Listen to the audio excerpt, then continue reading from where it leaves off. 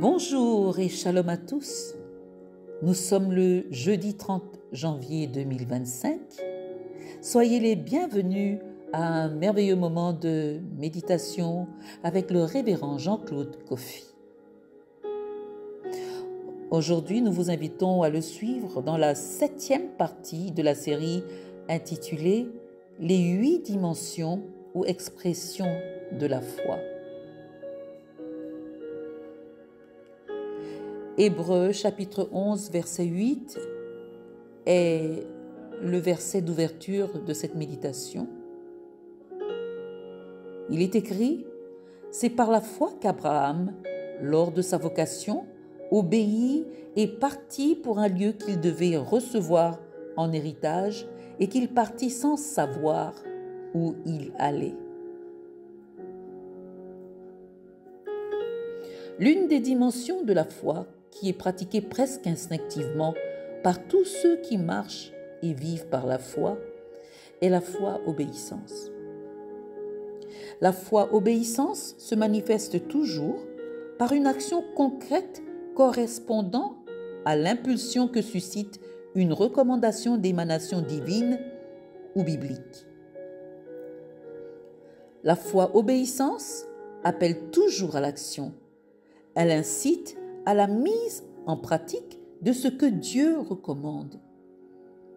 Elle nous met à l'abri des tergiversations et nous invite le piège des atermoiements.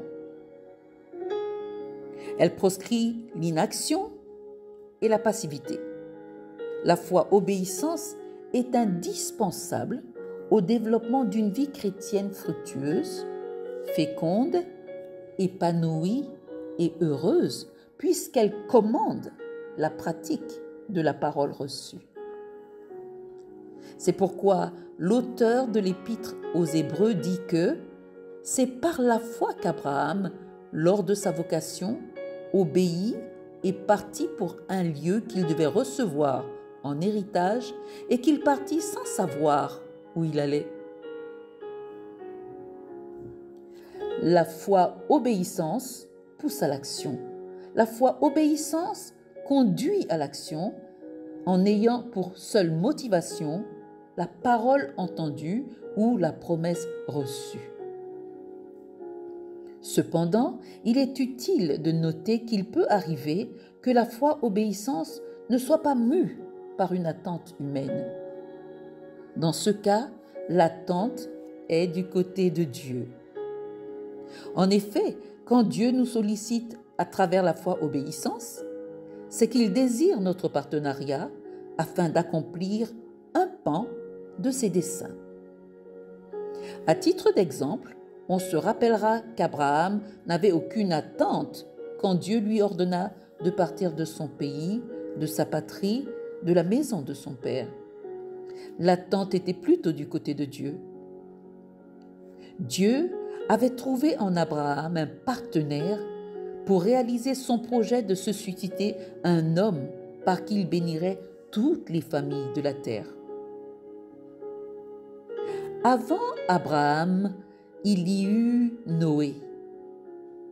Il n'avait aucune attente, lui aussi. Mais un jour, Dieu lui a parlé, disant « La fin de toute chair est arrêtée par devers moi. Car ils ont rempli la terre de violence. Voici, je vais les détruire avec la terre. » Verset 14. « Fais-toi une arche de bois de gopher.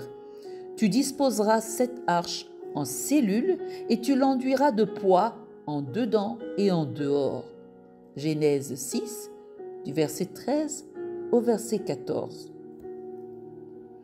Plus tard dans l'épître aux Hébreux, il nous est rapporté que c'est par la foi que Noé, divinement averti des choses qu'on ne voyait pas encore, et saisi d'une crainte respectueuse, construisit une arche pour sauver sa famille.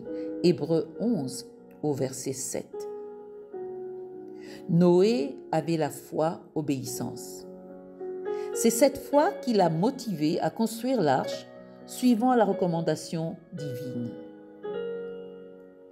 les témoignages de tous les héros de l'Ancien comme du Nouveau Testament portent les empreintes de la foi-obéissance. Car sans elle, le déploiement des ressources divines peut être retardé ou suspendu.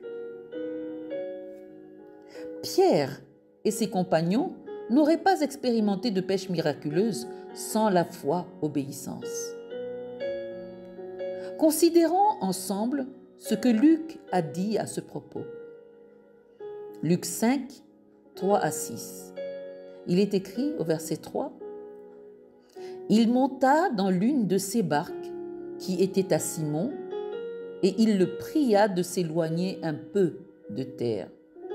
Puis il s'assit, et de la barque, il enseignait la foule. » Au verset 4, lorsqu'il eut cessé de parler, il dit à Simon : « Avance en pleine eau et jetez vos filets pour pêcher. » Au verset 5, Simon lui répondit : « Maître, nous avons travaillé toute la nuit sans rien prendre, mais sur ta parole, je jetterai le filet. » L'ayant jeté, ils prirent une grande quantité de poissons et leur filet se rompait. Luc 5, 3 à 6. Vous avez certainement remarqué les propos de Simon. Voici comment sa réaction a été traduite. « Maître, nous avons travaillé toute la nuit sans rien prendre, mais sur ta parole, je jetterai le filet. » La foi-obéissance libère la voie pour que se manifeste la puissance de Dieu. Vous voyez que la foi-obéissance est capitale. Elle détermine jusqu'où nous pouvons avancer avec Dieu. Elle est révélatrice des marges de manœuvre qu'on permet à Dieu d'avoir dans notre vie. Sans la foi-obéissance, notre foi en Dieu restera passive et dans ce cas, nous serons sans témoignage significatif et inspirant.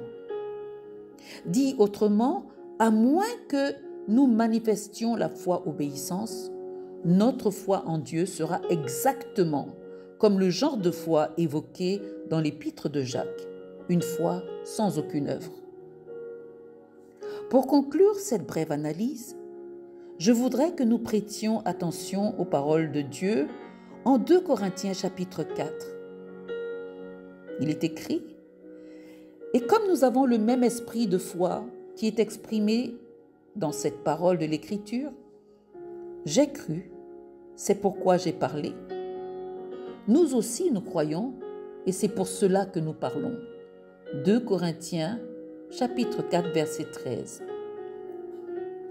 La foi-obéissance est la preuve que nous croyons vraiment. Elle est une démonstration que notre croyance ne se résume pas en un simple consentement intellectuel. Puisse le Seigneur nous faire grâce de revêtir cette dimension de la foi. De cette façon, les paroles de Dieu seront exécutées et ses recommandations appliquées. À retenir aujourd'hui, la foi-obéissance motive à la pratique de la parole de Dieu. La foi-obéissance nous met à l'abri de la passivité. La foi-obéissance libère le chemin pour que se déploient aisément les ressources divines dans notre vie. Il nous reste à examiner la dimension de la foi qui fait allusion à l'ensemble des vérités fondamentales qui appuient notre spiritualité. Subsidiairement, j'évoquerai une 9e dimension de la foi. Sur ce, je vous souhaite une excellente et fructueuse journée avec le Dieu qui surpasse nos attentes selon Éphésiens 3, 20. Signé votre serviteur Jean-Claude Coffy, ce jeudi 30 janvier 2025.